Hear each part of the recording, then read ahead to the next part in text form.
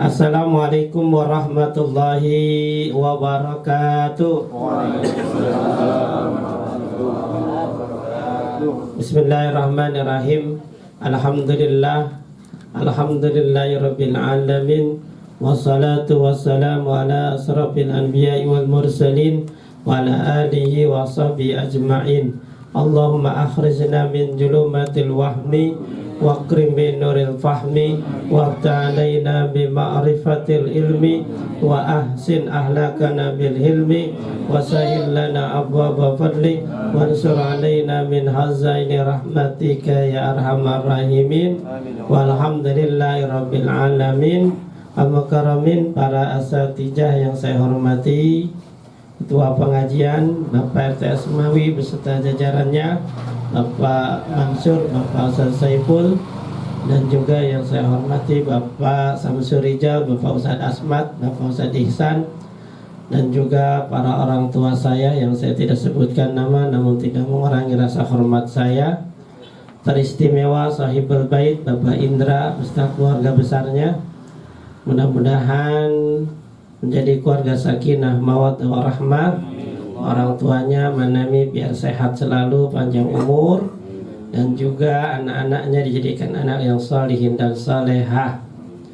Jamaah Majelis Taklim Albaniyah rahimakumullah, alhamdulillah malam hari ini kita bisa hadir di rumah Bapak Indra dalam rangka melaksanakan rutinitas kita, kewajiban kita yang biasanya kita lakukan pada malam Senin. Sekarang kita mundur di malam Selasa karena ada satu hal yang mudah-mudahan tidak mengurangi semangat kita. Mudah-mudahan ya Allah meridhoi semua kegiatan kita dari awal sampai akhir. Salawat beriring salam marilah kita curah limpahkan kepada baginda alam Nabi besar kita Muhammad sallallahu alaihi wasallam. Bapak-bapak yang saya hormati, pada malam hari ini saya membacakan kitab Fathul Qorib ya, yang langsung saya buka tentang bab nikah. Karena kemarin ada yang nanya tentang nikah. Mungkin ada yang mau nikah lagi di sini. Banyak.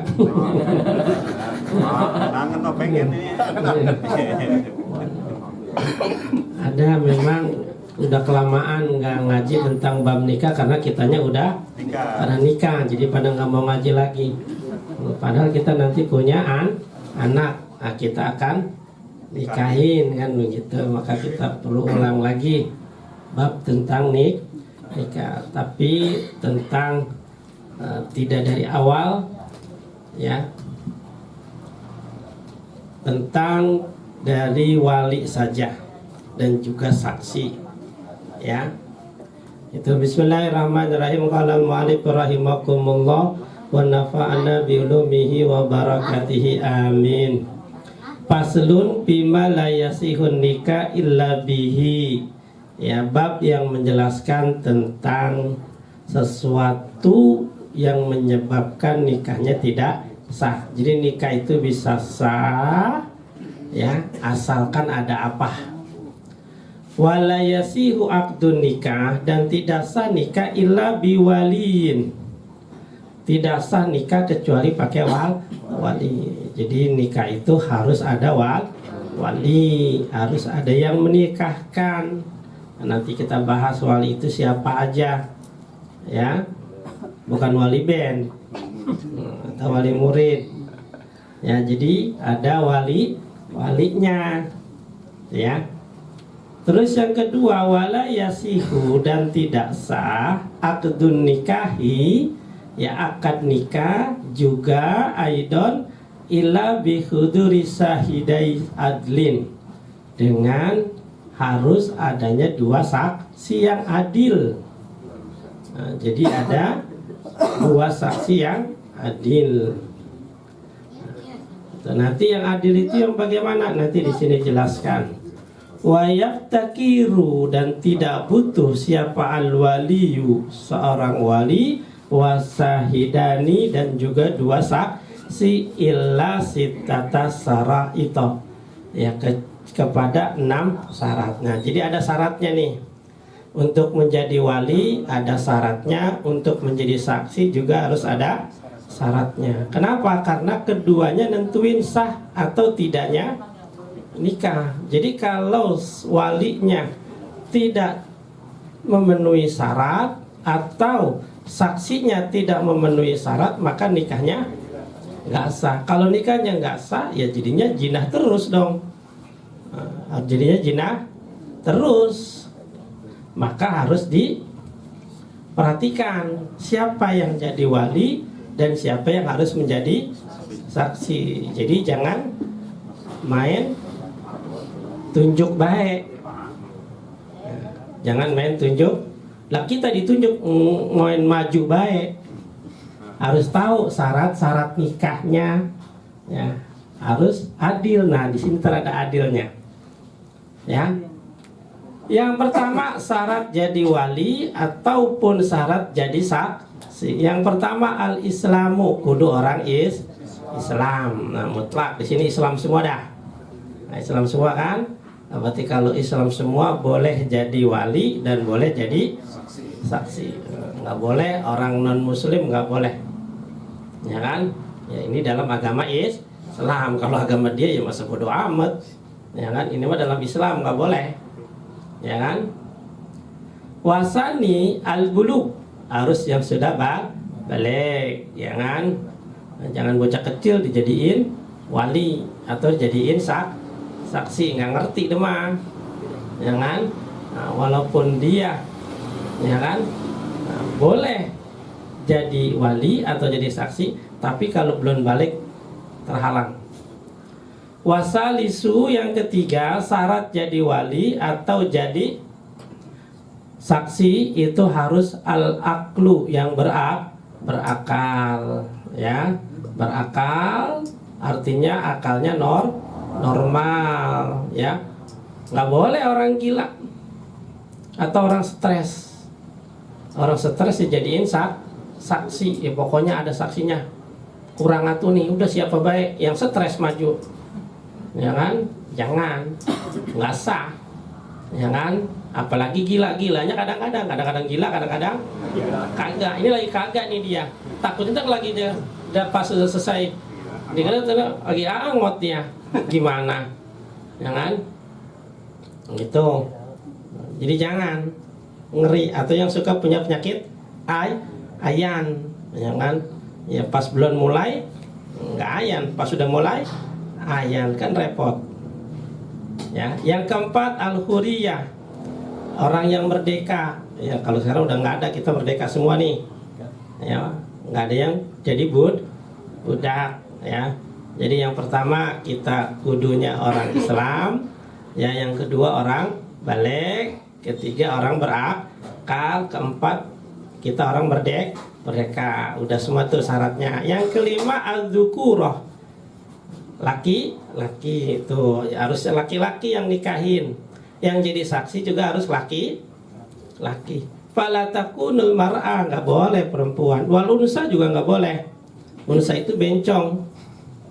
Ya, kalau bencong di sini unsa artinya bencong yang beneran, yang alat kelaminnya dua, ada laki ada perempuan. Kalau bencong yang cuma berkeliaran mah itu bencong kaleng, ya kan?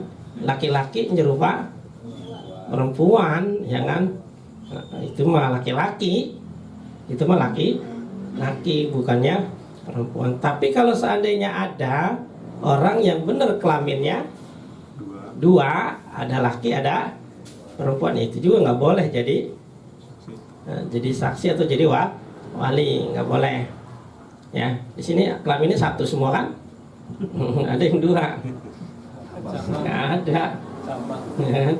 Wasadisu, yang keenam, ya, adalah adalah.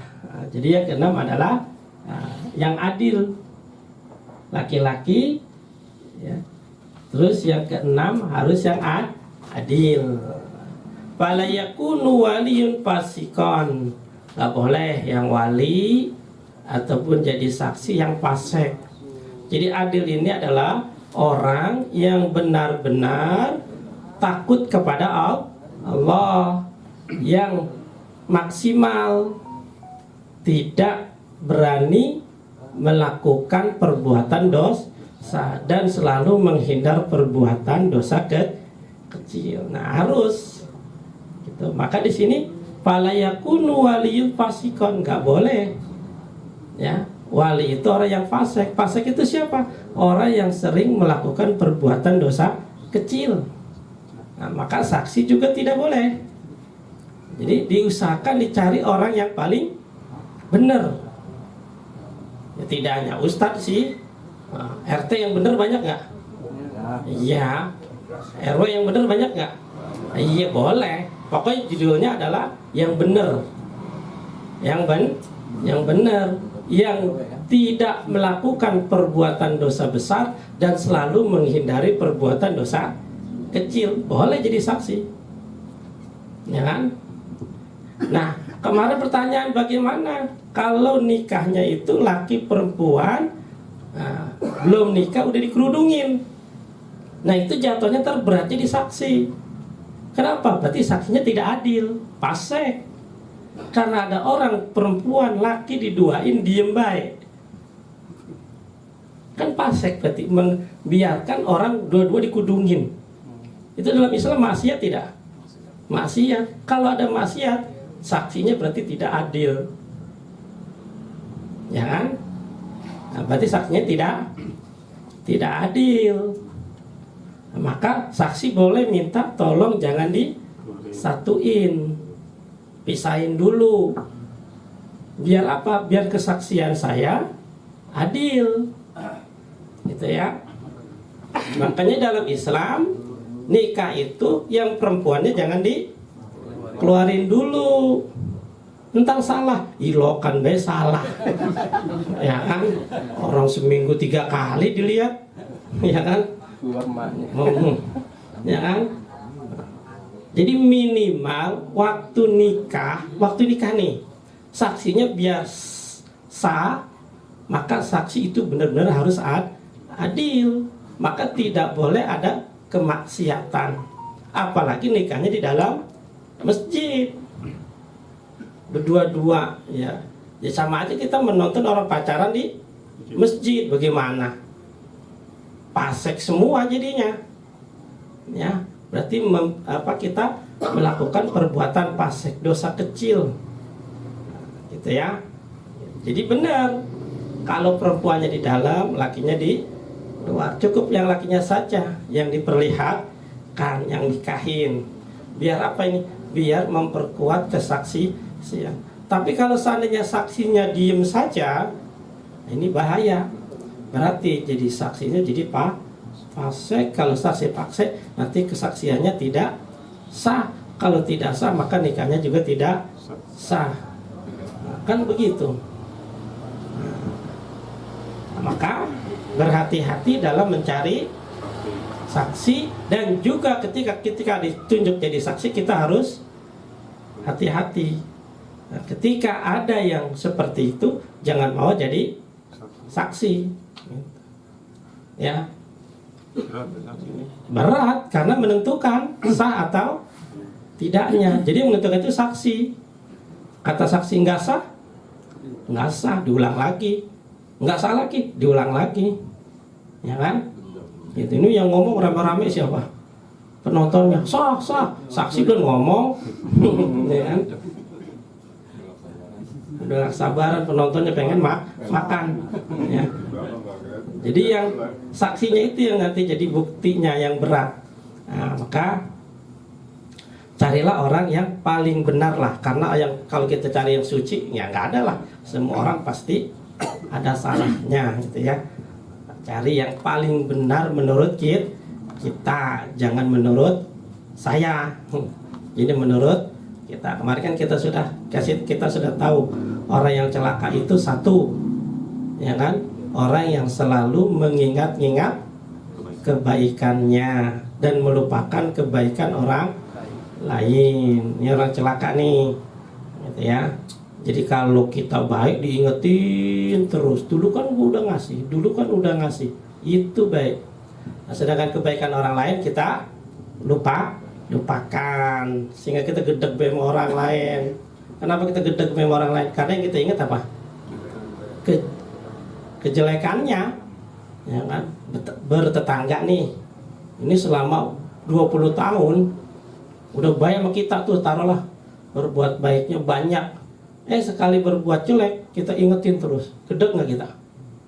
Gedek. Kenapa? Karena yang kita ingat cuman kejelekannya.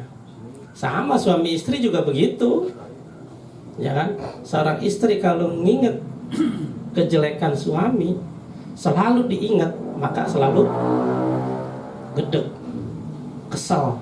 Gua kalau ingat itu kesel, ya kan? Padahal kebaikannya banyak. Nah, maka kita jangan melupakan kebaikan orang lain, ya, tapi lupakanlah kebaikan kita sendiri, dan ingatlah kejahatan kita sendiri, dan lupakanlah kejahatan orang lain. Kalau dibalik, maka kita jadi celaka. Kata Nabi, orang yang celaka orang yang melupakan kebaikan orang lain dan mengingat-ingat selalu kebaikannya sendiri dan mengingat kejelekan orang lain, ya. Nah, makanya carilah wali orang yang baik menurut kita. Kebanyakan orang, gitu ya. Biar apa? Biar nikahnya itu sah, ya kan? Itu perkara dia waktu sebelum nikah udah pacaran, jalan, pegangan tangan, itu terserah dia. Gue mah nggak lihat, saksi kagak ngeliat. Pokoknya pas waktu nikah gue nggak ngeliat kalau dia itu sedang berduaan, ya kan? Itu. Nah, yang penting saksinya ketika nikah tidak ada maksiat, ya. Nah, artinya kita tidak mendukung. Nah, itu yang. Nah, jadi perkara pakai kudungan itu bukan budaya Islam, harus dihilangkan. Ini kan harus, ini kan momen penting, harus berdua pakai kudungan. Kalau dipaksain, akhirnya nanti nikahnya tidak sah. Yang dosa siapa? Saksinya. Dan yang gojok-gojokin ini. Nah, ntar kalau udah nikah baru di kudungin, disprayin juga boleh, ya kan? Kalau nikah mah kan, jadi jangan dikudungin, awas ya. Kalau udah nikah mah terserah, ya. Kenapa? Nanti perkara sah atau tidak sahnya itu ngeri. Ustaz, Ya. Ustaz, saya ini interupsi. Umpama kejadian gitu, di wilayah lain kita udah tahu nih, nggak boleh begitu. Kita udah tahu nih di wilayah orang lain. Kita begitu juga gimana? Kita bilangnya kagak enak. Kasih tahu ya. Kalau wilayah lain kan kita menjadi penonton kan. Kalau ada saksinya? Jadi saksi siapa? Ya, Kita. mau jadi saksi di daerah Ya. kita gitu. Ya kita nggak mau, harus nolak, ya kan? Jangan saya jadi saksi. Saya kalau mau jadi saksi kalau perempuannya diluarkan atau di dalam gitu. Saksi banyak, ya kan? Gitu. Karena resikonya tadi kita yang menanggung, ya. Ya apa susah sih keluar doang, atau jangan dikeluarin dulu, ya kan? Biar lebih aman, gitu. Itu. Terus selanjutnya, siapa yang pantas jadi wali? Ya, tadi jadi saksi, ya. Syarat-syarat saksi dan wali tadi udah ada 6. Nah, hakul auliyai, yang berhak menikahkan, yang pertama adalah al-ab, bapak. Nah, jadi kalau masih ada bapak yang perempuan, ya, nah, berarti harus bapaknya, ya. Sumajad, kemudian kakek, ya, kakek dari bapak. Jadi kalau bapaknya udah nggak ada, maka yang menikahkan anak perempuan adalah kakek dari bapaknya, ya. Nggak ada, terus ke atas, bapaknya kakek, berarti siapa? Uyut. Kalau uyutnya ada, ya uyutnya, ya kan? Uyut kan nggak ada, tapi bapaknya Uyut ada. Ya udah bapaknya Uyut, serem amat. Ya, tadi ke atas itu, ya kan? Nah, sumal ahu li abin wal Nah, kemudian kalau ke atas sudah nggak mungkin ada lah. Maka yang dicari adalah ahun, saudara sebapak dan seibu, saudara laki-laki. Berarti siapa?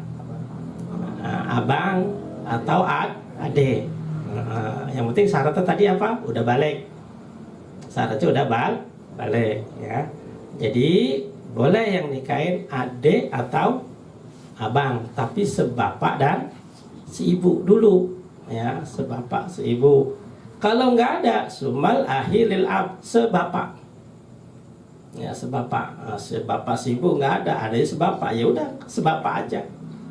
Yang nikahin sebapak. Nggak ada, ya, sebapak seibu nggak ada, sebapak nggak ada juga. Summa ibnul ahi. Nah, terus anak dari saudara sebapak dan seibu. Berarti kalau anak saudara sebapak seibu berarti apa? Sepupuan. Ya, sepupuan ya. Anak mamang kita berarti kan sepupu. Itu ya, boleh nikahin. Yang penting sebapak dan seibu. Boleh. Ya, yang tuaan boleh ya. Mudah, yang penting syaratnya tadi 6. Ya kan? Kalau nggak ada, sumal ibnul ahi lil ab, sebapak aja. Sebapak, ya kan? Sebapak aja. Ya. Terus siapa?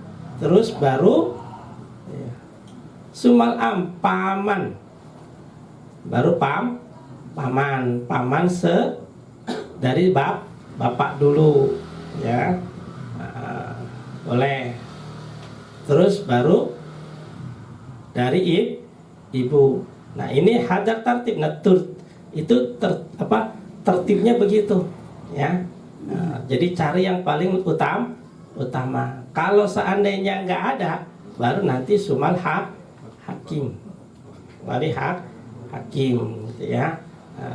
Tuh, jadi nikah juga harus ada, yang nikahin harus ada urutannya, gitu ya. Jadi jangan main serahin kepada amil baik.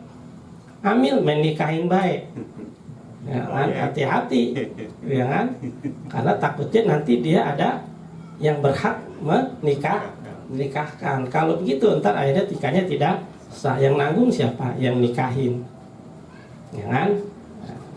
Makanya di sini juga kita harus tahu. Jadi jangan mengutamakan tradisi, ya kan? Kita lebih kuat daripada tradisi, daripada syariat Islamnya. Jadi menyampingkan syariat, mengutamakan tradisi. Akhirnya apa? Bahaya. Ya, jadi sesuatu yang bertentangan ya jangan dipakai, walaupun itu sudah menjadi tradisi. Ya kayak tadi nikahin pakai kerudungan, mulai dikit-dikit kita hilangkan, ya. Itu karena Pak, kalau udah diawali dengan kemaksiatan, entar akhirnya keluarganya jadi apa? Ya, nggak bener, ya kan? Dia punya anaknya nanti nggak bener, ya kan? Kenapa? Karena awalnya tidak sesuai dengan syariat Islam, makanya perlu, ya. Itu, ya.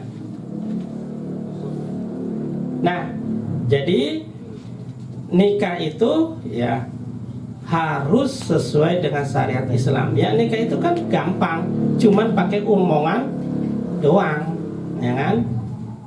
Saya nikahkan dan saya kawinkan, terus saya terima, titik-titik, selesai, sah, ya kan? Jadi sesuatu yang haram menjadi halal gara-gara ucapan, ya kan? Termasuk juga talak. Talak juga begitu. Yang tadi halal bisa jadi haram gara-gara ucapan. Udah bosan sama lu, pulang sana sama emak lu, jatuh talak. Walaupun cuman bercanda. Jadi cuman sekedar ucapan, tapi itu bisa menjadi betulan walaupun cuma bercanda. Nah, makanya jangan bercanda begitu. Makanya kalau nggak ngaji bahaya. Kita sering bercanda pakai WA sama istri. Loh, pulang aja sono ke rumah mak bapak lu. Walaupun cuma pakai WA, akhirnya jatuh talak. Kan nggak diomongin, tapi kan dibaca sama istri, ya kan? Jadi dikit-dikit jangan main, ulangin. Dikit-dikit main, ulangin. Nah, kan cuma omongan doang. Nikah aja cuma omongan doang jadi apa?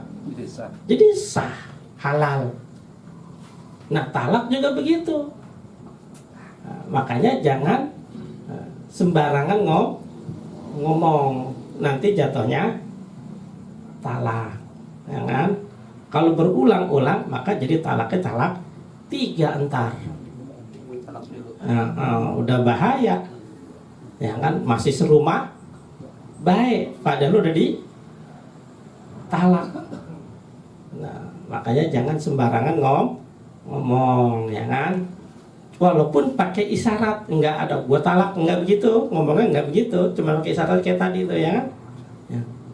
Udah pulang aja lo, sono rumah mak lo, ya. Itu udah jatuh. Makanya yang punya anak, ya hati-hati, ajarin, jangan sampai ngomong sembarangan, itu ya. Itu. Wal mahrumat, ya, itu tentang nikah, ya, syarat wali dan juga syarat tentang saksi dan juga orang yang berhak untuk jadi wali, ya, susunannya. Termasuk juga masalah talak, ya kan? Kalau talak 1 bisa balik lagi, talak 2 masih bisa balik lagi, talak 3 juga masih bisa balik lagi, tapi syaratnya harus apa? Harus ada muhallil, harus dinikah lagi dengan orang lain, dan itu pun harus disetubui dulu. Baru kalau dicerai baru kita boleh nikah lagi, kan begitu.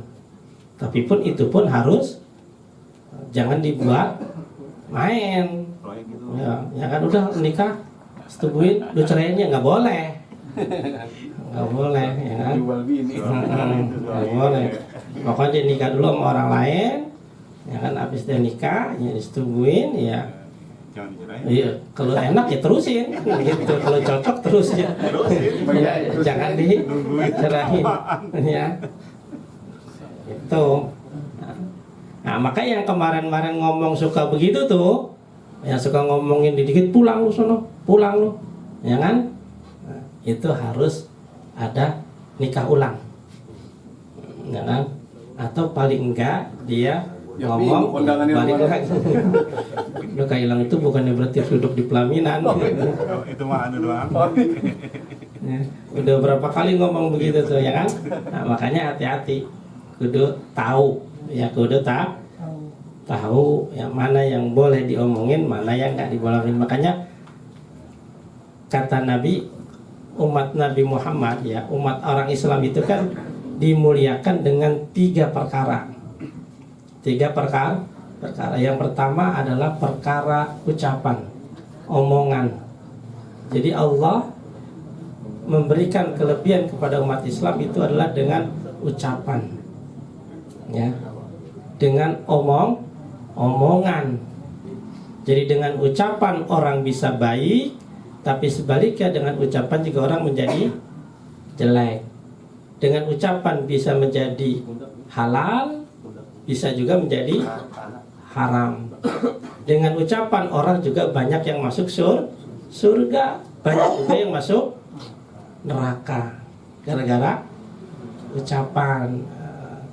Dalam hadis lain juga dikatakan 2 kalimat yang ringan di lisan tapi berat di timbangan dan sangat dicintai Allah, apa? Subhanallah walhamdulillah. Tuh, gara-gara ucap begitu doang tuh, ya kan? Ucapan yang ringan di lisan tapi berat di timbangan dan sangat dicintai oleh, kan ucapan itu cuman ucap subhanallah, alhamdulillah, ringan nggak di lisan, capek enggak, pegel enggak, pakai pulsa enggak, pakai kuota enggak, gampang. Tapi berat di timbangan nanti. Bahkan Allah sangat cinta kepada orang cuma nyebut subhanallah walhamdulillah. Tuh, gara-gara apa? Ucapan. Ya kan, gara-gara ucapan kayak tadi itu. Yang halal jadi haram, yang haram jadi halal gara-gara ucapan. Jadi Allah memberikan kelebihan kepada umat Islam, hati-hati dalam berbicara. Ya udah ngomong subhanallah, alhamdulillah, pahalanya gede banget. Pahalanya gede banget, gitu ya. Terus apa lagi? Kelebihan nasab. Nah, dalam Islam itu nasab penting. Maka kita jangan melupakan nasab kita. Ya kan? Ingetin tuh. Catat bapak kita yang masih ada, catat namanya. Tanya bapaknya, engkong kita siapa? Terus engkong bapak kita siapa? Terus cari nasab kita. Penting, nasab itu sangat penting. Jangan sampai engkong doang. Kadang-kadang ada orang engkongnya nggak tahu. Engkong siapa? Aku, ya kan? Ya kan? Mudah-mudahan sini engkong pada tahu semua. Engkong dari bapak dah minimal. Nah, tahu kan? Ya, saya alhamdulillah sampai 5. Berlima doang. Tapi katanya sih nyampe ke Raja Banten. Raja Banten yang mana? Benar mau jadi menteri usaha. Mau lagi diselidikin. Ya, silakan cari keturunan kita, ya kan? Ntar anak kita tinggal lanjutin kan enak, ya kan? Tinggal. Jadi jangan masa bodoh. Biar anak kita tahu, bapak gua, engkong gua, urut gua, tahu. Nasab itu penting. Jangan sampai diselewengkan ntar nasab kita, ya kan? Yang ketiga adalah ilmu. Allah memberikan kelebihan kepada umat Islam adalah dengan ilmu. Ya kan? Ilmu itu penting. Kalau nggak ada ilmu maka manusia seperti binatang kan begitu. Maka cari ilmu yang bernasab, ilmu yang sampai kepada Rasulullah, gitu ya. Cari, belajar. Ya. Makanya ngaji itu penting. Bukan yang penting ngaji. Kenapa? Karena orang sholat gara-gara ngaji, orang bisa puasa gara-gara ngaji. Makanya kata Nabi, duduk 1 jam di majelis taklim lebih baik daripada 1000 rakaat salat sunnah, lebih baik daripada takziah 1000 jenazah, lebih baik daripada menjenguk 1000 orang sakit. Tuh, duduk di majelis 1 jam. Nah besok duduk di taklim sono. Duduk baik kan lebih baik. Ada pengajian maksudnya. Bukan duduk setiap hari sudah. Iya, karena ngajinya tidur, duduk 1 jam di taklim lebih baik dia duduk di sono besok pagi-pagi. Ya kan? Maksudnya ngaji, bukan di taklim doang. Di sini juga kan bukan taklim. Tapi kita duduk di sini ngaji 1 jam lebih baik daripada 1000 rakaat salat sunnah. Kan lumayan itu. Kita kalau disuruh salat 1000 rakaat sanggup. 2-3 aja marah-marah mulu, imamnya lendor. Ya kan? Imamnya telat sedikit kendor, ya kesat. Ini 1000 cukup ngaji, belajar. Takziah 1000 jenazah pernah kita seharian. Ya, kita ikut mati 1001 kita nambah jadi jenazah. Ya kan? Jenguk orang sakit itu palanya gede, sekarang 1000. Itu lebih baik daripada ngaji 1 jam. Kenapa? Karena ngaji itu bisa kita tahu tentang mana yang baik, mana yang jelek, kan begitu. Kita tahu mana sholat yang benar, mana yang tidak, ya. Nah, jadi mudah-mudahan pengajian kita tetap istiqomah, dijauhkan bid'ah, ya. Nah, oleh karena itu ini saja yang dapat saya sampaikan. Mudah-mudahan yang sakit, mudah-mudahan Allah angkat penyakitnya, Allah sembuhkan seperti semula. Yang belum sembuh, biar Allah kasih kesabaran buat yang sakit dan juga buat yang merawatnya. Yang punya masalah biar Allah kasih solusinya, yang punya hutang bercepat lunas hutangnya. Bapak Indra, biar Allah sehatkan badannya, dimurahkan rezekinya, keluarganya sakinah mawaddah rahmah, keturunannya salihin dan saleha. Semua hajat kita mudah-mudahan Allah kabul, dan juga Allah mudahkan urusan kita. Yang belum punya pasangan hidup, Allah kasih pasangan hidup yang baik. Yang sudah ada pasangan, jadikan keluarga sakinah mawaddah rahmah. Yang belum punya keturunan, Allah kasih keturunan yang banyak. Yang udah ada keturunan, jadi keturunan salihin dan salehah. Anak-anak kita yang sedang belajar, Allah mudahkan dalam belajarnya, diberikan ilmu yang bermanfaat. Yang di pesantren biar pada betah, biar pada sehat, jadi anak yang salihin dan salehah. Dan juga yang belum pernah berangkat haji umroh, biar Allah kasih kesempatan buat haji dan umroh. Pengajian kita, kampung kita, majlis taklim kita, masjid kita biar tambah ramai, makmur, dijauhkan karena musibah, bencana dan penyakit. Al-Fatihah. A'udzubillahi minasyaitonirrajim. Bismillahirrahmanirrahim. Alhamdulillahirabbil alamin arrahmanirrahim maliki yaumiddin. Iyyaka na'budu wa iyyaka nasta'in ihdinas siratal mustaqim siratal ladzina an'amta 'alaihim ghairil maghdubi 'alaihim waladdallin.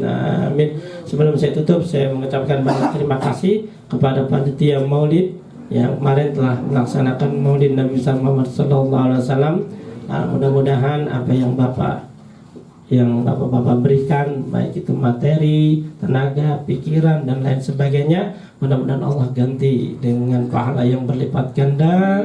Mudah-mudahan ini tetap istiqomah kita lakukan. Mudah-mudahan diberkahi harta dan umur kita. Ya, khususnya buat ketua yang sudah berjibaku, ya Bang Mansur, terima kasih banyak atas dana-dananya dalam rangka mencari dana, dan juga yang lainnya semuanya dah. Mudah-mudahan Allah ganti tenaganya, pikirannya dengan pahala yang berlipat ganda. Ya, terima kasih. Sekali lagi dari saya mohon maaf. Assalamualaikum warahmatullahi wabarakatuh.